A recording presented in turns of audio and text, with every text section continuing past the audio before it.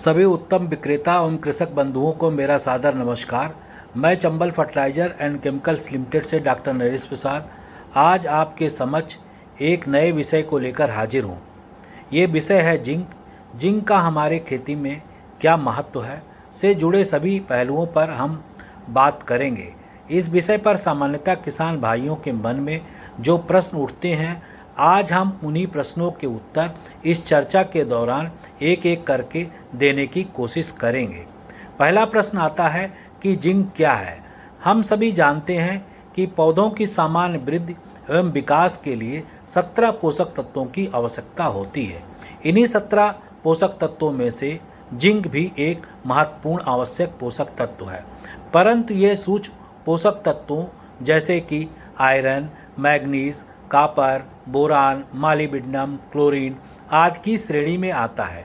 यद्यपि जिंक की फसलों में आवश्यकता मुख्य पोषक तत्व जैसे कि नाइट्रोजन, फास्फोरस, पोटास व द्वितीय पोषक तत्वों जैसे कि कैल्शियम, मैग्नीशियम, गंधक की तुलना में कम मात्रा में होती है, लेकिन पौधों में इसकी भूमिका अन्य पोषक तत्वों के बराबर ही होती है।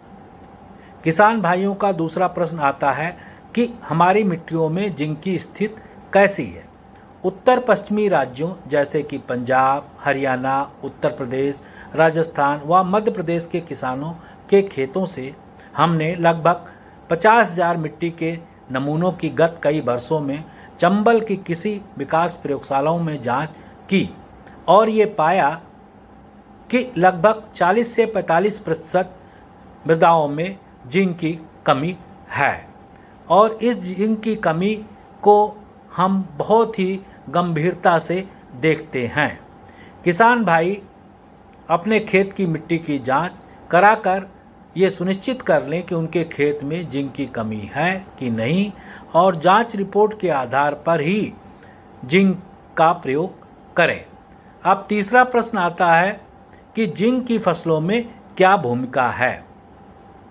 जिंक पौधों में क्लोरोफिल, पत्तियों में हरापन के निर्माण में आवश्यक भूमिका अदा करता है, जिससे भोजन बनाने वाली प्रक्रिया प्रकाश संश्लेषण में मदद मिलती है। जिंक पौधों में वृद्धि हार्मोन, प्रोटीन, कार्बोहाइड्रेट के निर्माण व एंजाइमों की सक्रियता में मदद करता है। अतः पौधों में जिंक का कार्य अत्यंत ही महत्वपूर्ण पाया गया है। साथियों, चौथा प्रश्न आता है कि धान में जिंक की कमी क्यों होती है। धान की खेती यदि हम लवणीय, क्षारीय, रेतीली मिट्टियों में करते हैं तो इसकी कमी पाई जाती है। यदि हम क्षारीय पानी का प्रयोग धान की खेती में करते हैं तो भी जिंक की कमी पाई जाती है। मिट्टी में यदि हम देसी खाद जैसे कंपोस्ट, सड़ी गोबर की खाद या हरी खाद का इस्तेमाल नहीं करते हैं तो भी जिंक की कमी पाई जाती है। पराली जलाने से मिट्टियों में जीवाश्म की मात्रा कम हो जाती है, जिससे भी जिंक की कमी पैदा होती है। जल भराव की स्थिति में भी जिंक की कमी पाई जाती है। मृदा में यदि फास्फोरस या नाइट्रोजन का प्रयोग हम अधिक मात्रा में करते हैं तो भी जिंक की कमी आ जाती है। लगातार अधिक पैदावार देने वाली किस्मों की यदि हम सघन खेती करते हैं तो भी खेतों में जिंक की कमी देखने को मिलती है। अब हम पांचवा प्रश्न लेते हैं, जो है जिंक की कमी के धान में क्या लक्षण है। सर्वप्रथम जिंक की कमी की पहचान डॉक्टर YL नैने ने सन 1966 में नैनीताल के तराई क्षेत्र में धान की फसल में खैरा रोग के रूप में की थी। धान में जिंक की कमी से खैरा रोग के लक्षण सामान्यतः 20 से 25 दिन के बाद दिखाई देने लगते हैं। ये रोग खेत में पैचेज में दिखाई देते हैं, अर्थात पूरे खेत में एक समान रूप से नहीं होते हैं। शुरुआत में पत्तियों पर कहीं कहीं छोटे छोटे हल्के पीले रंग के धब्बे दिखाई देते हैं, जो बाद में बड़े होकर गहरे भूरे रंग के हो जाते हैं। कत्थई और चॉकलेट रंग के भी धब्बे बन जाते हैं। जिंक की कमी के लक्षण अन्य अनाज वाली फसलों में भिन्न प्रकार से दिखाई देते हैं, जैसे कि पत्तियों की मध्य सिरा के दोनों ओर रंगहीन पट्टी बन जाती है तथा हल्के पीले या कत्थई रंग के असमान धब्बे पड़ जाते हैं। सामान्य तौर पर जिंक की कमी से पत्तियों की सिराओं के बीच में हरिमाहीनता होने लगती है, इंटरनोड छोटे तथा पत्तियां मुड़ जाती हैं, फसल की बढ़वार असमान व कमजोर होती है और पौधे बौने रह जाते हैं। फसलों के पकाव में सामान्यतः देरी होती है। अब हम आते हैं छठे प्रश्न पर, और ये प्रश्न है कि जिंक की कमी को कैसे दूर किया जाए।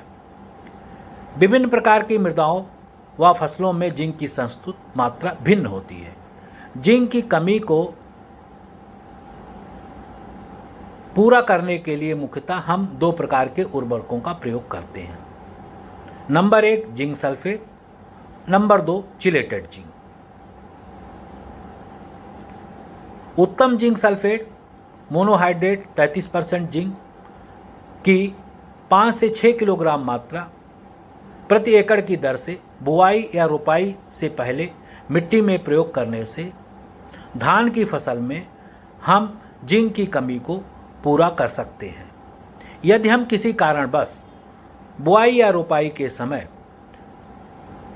जिंक का प्रयोग नहीं कर पाए तो खड़ी फसल में जिंक की कमी आ सकती है, और इस कमी को दूर करने के लिए हमें उत्तम जिंक EDTA या चिलेटेड जिंक की 200 ग्राम मात्रा को 200 लीटर पानी में घोलकर प्रति एकड़ के हिसाब से छिड़काव करने से खड़ी फसल में जिंक की कमी को पूरा किया जा सकता है।